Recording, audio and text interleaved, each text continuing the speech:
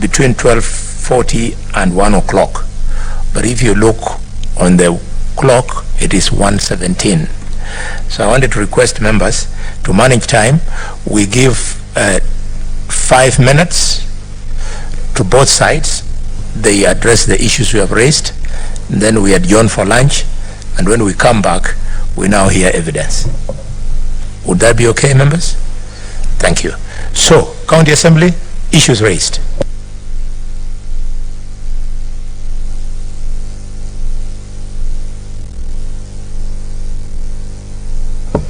Chair, questions were asked as to what I meant by unintended consequences and whether by that I meant my preference of who should have been governor or the preference of the MCAs as to who should have been governor. The answer to that question is, when the people of Meru went to vote, they did not vote the governor to be fighting other leaders. They did not vote their governor to be usurping the statutory functions of the County Public Service Board.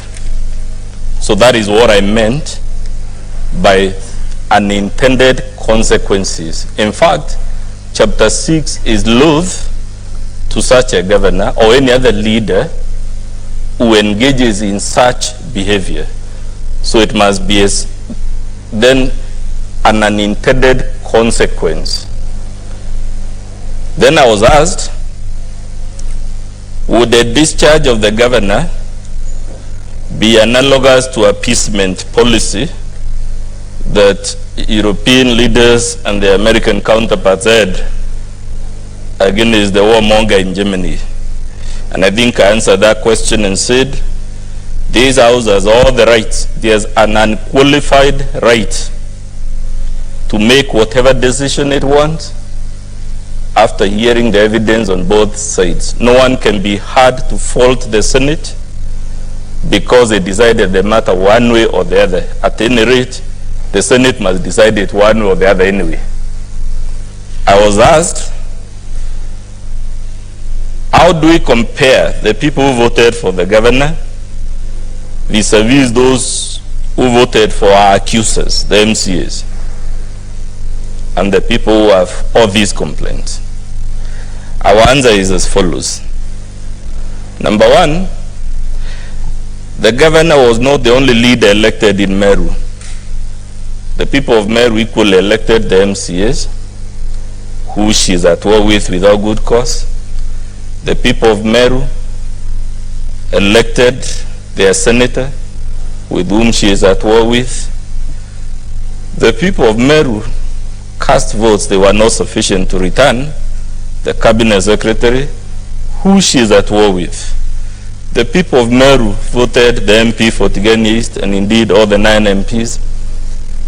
Therefore, it cannot be taken that the Honorable Kawira Mwangaza is the only person who was voted in Meru, or that somehow there is something special about the votes she garnered.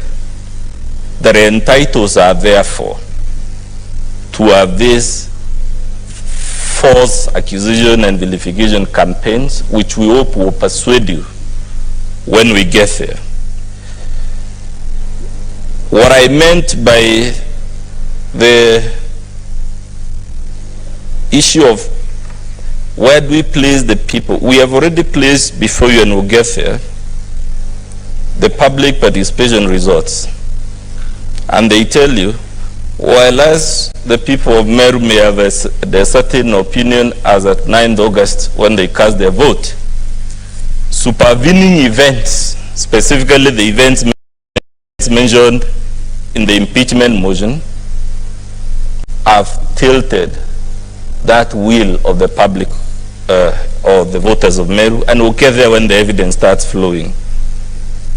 Questions were asked whether we'll be impeaching the governor so shortly after an election.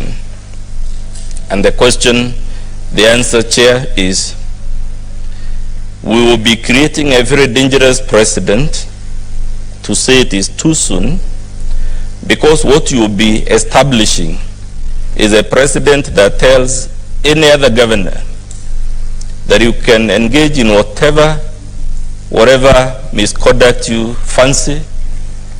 You can go breaching the law in all 4 directions of the campus, because it is too early anyway, nothing will happen to you, and we will have declared that Chapter 6 of our Constitution stands suspended the first few months, first few weeks, or whatever days after the election. There was a question about the first past the post.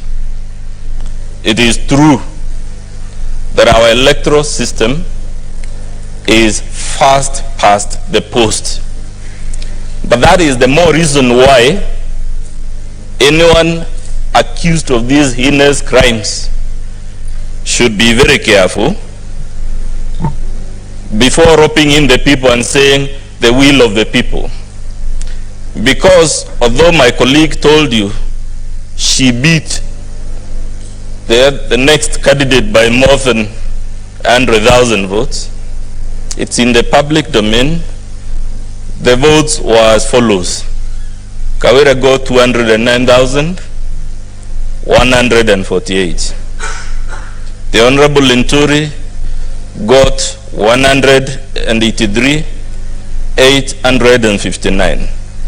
The Honorable Kreitu Murungi got 110,814. The will of the people, Mr. Chair, must be taken as including these people who also voted for Linturi and Kreitu, who when combined anyway are more than the people who voted for the governor. And merely because the system is fast past the post does not mean the will of all those other people who are actually more counts for nothing, and therefore the MCAs they elected should be insulted every day, should be vilified every day, and no other things that we've placed before you. There was a question about, I think my colleague said about public participation. When you get there, Chair, we have our volume 4, and it will show you 2,734 persons signed 300 written memoranda in support of the impeachment motion. It will show you only 30 persons, 30, sent memorandum in favor of the governor, and because we love full and frank disclosure, we have attached even those memoranda that were sent in favor of the governor, the 30 of them. More than 1,080 persons made oral representations, and out of those 1,080, it is only 260.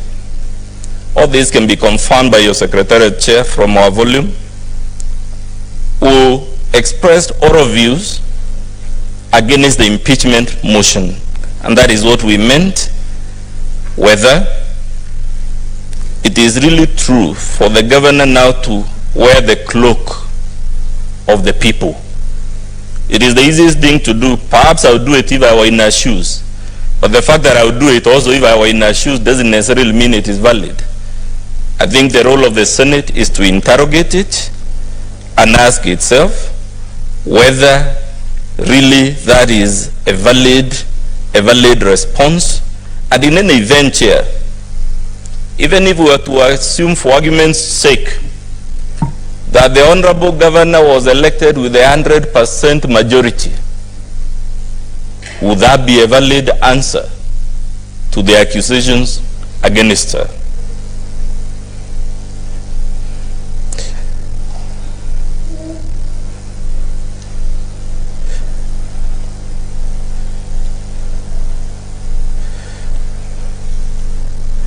I'm just checking, Chair, whether there is a question I may not have responded to. But I believe they have responded.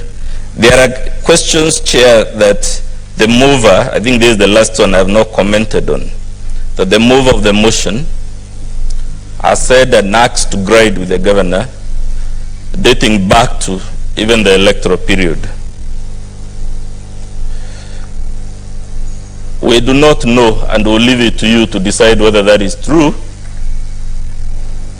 But we have to remind you, the matter before you is a decision endorsed by the County Assembly of Meru, and that there are safeguards in law to ensure that impeachment is not intended to serve personal cause. One of those safeguards, Chair, is the move has to get at least 2/3 of the members of the Assembly to append their signature before he can even present the motion to the clerk. The second safeguard is that in addition to signing on that motion, the MCAs have to verify their signatures with the clerk so that they are not had to say, I was drunk, or someone brought me a document to sign and I didn't know. In addition to signing the motion, they have to sign a verification signature. The matter has to be prosecuted before the Assembly with the governor given a chance, that safeguard.